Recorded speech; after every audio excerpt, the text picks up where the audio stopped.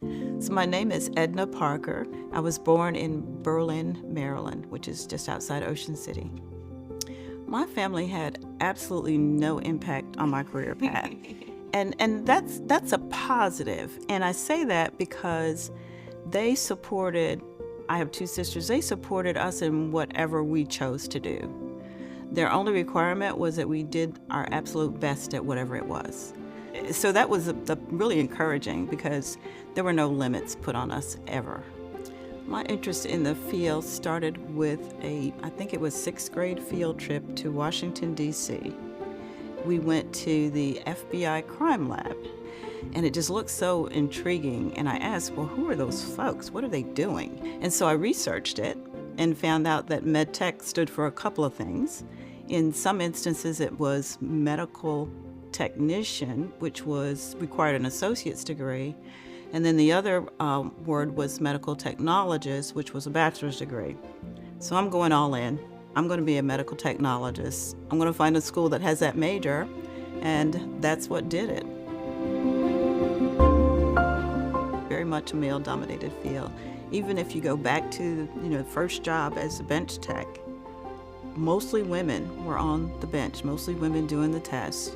The managers, directors, the medical staff, pathologists were typically men. I think one of the biggest challenges is just being seen, being heard. As part of the role, you're at multiple meetings and you're at the table, but you're not always seen.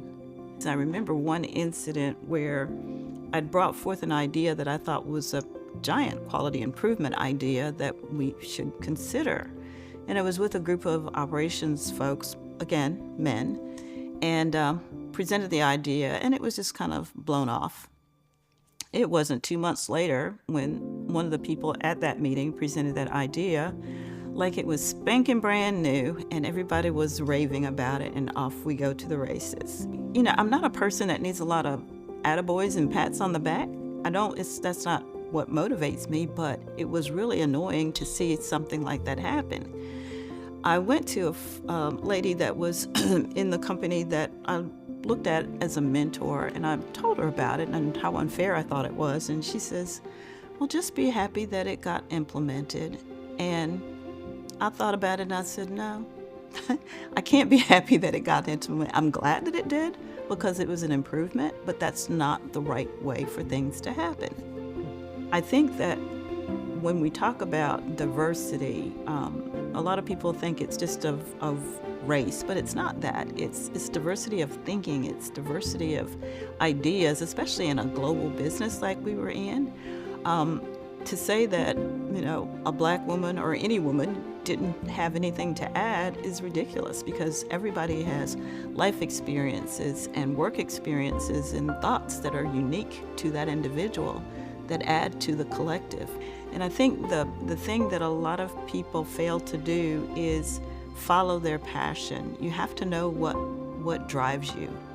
And if you know what that driver is, that's what you should follow. You should make a plan around that and not let anybody divert you from that plan. Sometimes you get invited to the meeting, you get a seat at the table, and sometimes you don't.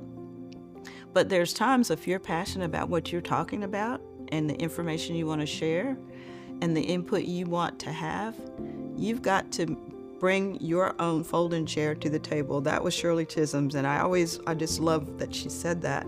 If you're not invited to the table, bring your own folding chair.